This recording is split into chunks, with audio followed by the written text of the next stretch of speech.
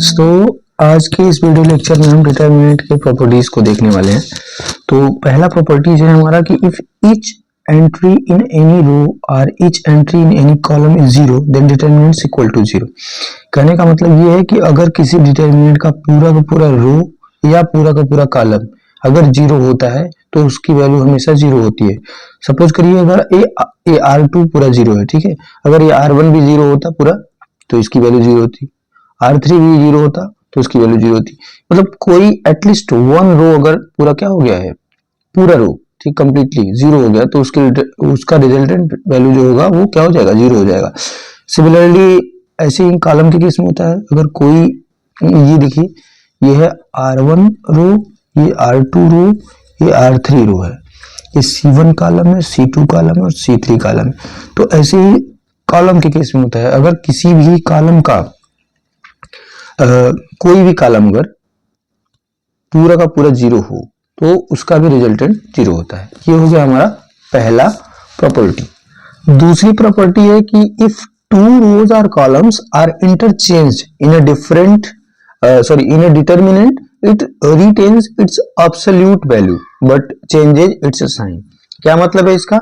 इसका मतलब ये है कि अगर एक कोई डिटरमिनेंट्स है, अगर इसके रो को हम इंटरचेंज करते हैं, सपोज ये R2 को हम लिख देते हैं R1 की प्लेस पे, तो कहने का मतलब ये है कि देखिए अगर हम R2 को R1 की प्लेस पे लिख दिए और R1 को R2 की प्लेस पे लिख दिए तो ये इंटरचेंज तो हो जाएगा, लेकिन इस डिटरमिनेंट का जो भी वैल्यू आएगा उसका साइन निगेटिव हो जाएगा। ठीक है, अगर इस फेज पे आप मान लीजिए फिर से इंटरचेंज कर देते हैं, मान लीजिए C1 को यानी R3 को यहां रख देते हैं, R2 है ये, अब तो इस C1 C2 C3 को A1 A2 A3 के पास रख देते हैं और इसको इधर रख देते हैं, तो क्या होगा आपका? अब जो होगा फिर से एक बार इसका साइन माइनस हो जाएगा, तो माइनस ऑलरेडी था, फिर माइनस मिलकर ये प्लस हो जाएगा। तो कहने का मतलब जब रो को आपस में इंटरचेंज करते हैं या कॉलम को आपस में इंटरचेंज करते हैं तो इस वैल्यू तो वही रहती है उस डिटरमिनेंट की, लेकिन उसका साइन चेंज हो जाता है। सिमिलरली आपको इधर कॉलम का दिखाया गया है, देखिए A1 B1 C1 A2 B2 C2 A3 B3 C3। तो हमने C1 को C2 की प्लेस पे रख दिया है और C2 को C1 की प्लेस पे, यानी C1 C2 में इंटरचेंज कर दिया है। तो डिटरमिनेंट तो वही रहेगा, मतलब वैल्यू वही आएगी, लेकिन इसका साइन माइनस हो जाएगा। तो आई होप आपको प्रॉपर्टीज 2 भी समझ में आई होंगी। प्रॉपर्टीज 3 है ये कि if rows are changed into columns and columns into rows then the determinants remains unchanged। कहने का मतलब ये है कि देखिए A1 A2 A3 B1 B2 B3 C1 C2 C3 R1 R2 R3 इसको हम सारे रोज को कॉलम में चेंज कर दें। जैसे A1 A2 A3 है ना, ये रो है, इसको कॉलम बना दे A1 A2 A3, B1 B2 B3 है, इसको भी कॉलम बना दे B1 B2 B3, C1 C2 C3 है, इसको भी कॉलम बना दे C1 C2 C3। तो ऐसा हम कर सकते हैं, इससे डिटरमिनेंट के रिजल्ट पे कोई इफेक्ट नहीं आता है। तो ये प्रॉपर्टी है, ठीक है, यानी रोज को आप कॉलम में कर सकते हैं। सिमिलरली आप इसका उल्टा भी कर सकते हैं, कॉलम में तो इसको रो में कर सकते हैं। जैसे A1 A2 A3 है तो इसको आप A1 A2 A3 लिख दीजिए, B1 B2 B3 है इसको आप B1 B2 B3 लिख दीजिए, मतलब इधर से इधर और इधर से इधर भी कर सकते हैं। तो इस केस में क्या होता है कि इसका रिजल्टेंट सेम रहता है, ठीक, मतलब इसकी जो वैल्यू आएगी डिटरमिनेंट की वो सेम रहेगी। तो ये हो गया प्रॉपर्टी नंबर 3। प्रॉपर्टी है कि if two rows or columns are identical in a determinant it vanishes. कहने का मतलब अगर कोई डिटरमिनेंट है उसका दो रो सेम दिखे एकदम बिल्कुल, इसके एलिमेंट सेम हो, देखिए R1 के एलिमेंट और R2 के एलिमेंट सेम है, तो इस डिटरमिनेंट का वैल्यू जीरो होता है। ठीक है, मतलब R1 R2 दोनों क्या है, सेम, तो अगर R1 और R3 भी सेम होता तो जीरो, ठीक है, R2 R3 भी सेम होता तो इसका रिजल्टेंट जीरो। ऐसे ही कॉलम के केस में होता है कि अगर दो कॉलम के वैल्यू मतलब एंट्री जो है वो सब सेम हो जाए तो क्या होगा कि उस डिटरमिनेंट का वैल्यू जीरो होता है। तो यहाँ पे देखिए ये A1 B1 C1 A1 B1 C1 यानी C1 और C2 सेम है तो इसके रिजल्टेंट क्या हो जाएगा, जीरो। अगर C1 और C3 भी सेम होते तो भी इसका रिजल्टेंट जीरो हो जाता। तो overall if two rows or columns are identical in a determinant it vanishes. तो ये हो गया आपका प्रॉपर्टीज नंबर 4। प्रॉपर्टी नंबर 5 है हमारे पास में कि if any row or column is multiplied by a complex number k the determinant so obtain is k times the original determinants. यहाँ पे समझ लीजिए कि एक ओरिजिनल डिटरमिनेंट्स ये है, ठीक है, A1 A2 A3 B1 B2 B3 C1 C2 C3। अगर इसके किसी रो या किसी कॉलम में कोई कांस्टेंट के मल्टीप्लाई कर दिया जाए। तो रो में करने का मतलब आप यहाँ पे करेंगे, यहाँ पे, ठीक है, यहाँ पे किसी एक रो में, ठीक। तो यहाँ पे R2 में मल्टीप्लाई किया गया है। तो जब यहाँ पे बोला ना कॉम्प्लेक्स नंबर के यानी कांस्टेंट नंबर के, the determinant so obtained is k times the original determinant. तो ओरिजिनल डिटरमिनेंट ये था, ठीक है। तो इससे क्या कर लेते हैं, ये के टाइम्स हो जाएगा। कहने का मतलब जैसे इस एग्जांपल से समझिए, इसमें R1 में के कोफिशिएंट का मल्टीप्लाई हो चुका है, ठीक है। इसके बाद ये डिटरमिनेंट ऐसा दिख रहा है। तो इसका कहने का क्या सेंस है कि ओरिजिनल डिटरमिनेंट्स आपके पास ये है, ठीक है। ओरिजिनल डिटरमिनेंट्स ये है और इसमें देखिए ये 2 टाइम्स हो गया, इस डिटरमिनेंट का 2 टाइम्स हो गया। कैसे? क्योंकि इसमें 2 का मल्टीप्लाई हुआ था, ठीक है। इन तीनों में क्या हुआ था, 2 का मल्टीप्लाई हुआ था। तो यही ये बात बोलना चाहता है। और अगर इसको एकदम लेमैन भाषा में बोले तो कहने का मतलब ये है कि अगर किसी रो में या किसी कॉलम में कोई कोफिशिएंट के से मल्टीप्लाई किया गया है तो उस के को आप कॉमन ले सकते हैं, ठीक है। और इसका उल्टा भी कर सकते हैं, अगर के बाहर है तो इसको आप फ्री हैं, किसी भी रो या किसी भी एक, ध्यान दीजिएगा, किसी भी एक रो या किसी भी एक कॉलम में इसका मल्टीप्लाई कर सकते हैं। मतलब के अगर है ना, इसको आप के A1 के A2 के A3 भी लिख सकते हैं, ये भी सही है। के B1 के B2 के B3 भी लिख सकते हैं, के C1 के C2 के C3 भी लिख सकते हैं, ठीक है। मतलब इस के का किसी एक रो में आप मल्टीप्लाई कर सकते हैं, किसी एक कॉलम भी कर सकते हैं, के A1 के B1 के C1 भी लिख सकते हैं। तो ये सब सही है। तो ये जो प्रॉपर्टी नंबर 5 है, इसका कहने का यही मतलब है कि इफ एनी रो और column is multiplied by a complex यानी constant number k, then the determinant so obtained is k times the original determinants. तो आई होप आपको प्रॉपर्टी नंबर 5 समझ में आया होगा। नंबर 6 है हमारा कि इफ टू एनी रो और column is added K times, then the corresponding elements of another row और column the determinant remains unchanged, ठीक है। यानी कहने का मतलब है कि अगर कोई हमारा ये डिटरमिनेंट्स है, अगर उसके हम किसी अदर रो में किसी के का मल्टीप्लाई करके और इस पहले वाले रो के साथ ऐड करते हैं, तो ये ऑपरेशन परफॉर्म करने के बाद हमारे डिटरमिनेंट पर कोई इफेक्ट नहीं पड़ता है। ये कैसे होता है देख लीजिए।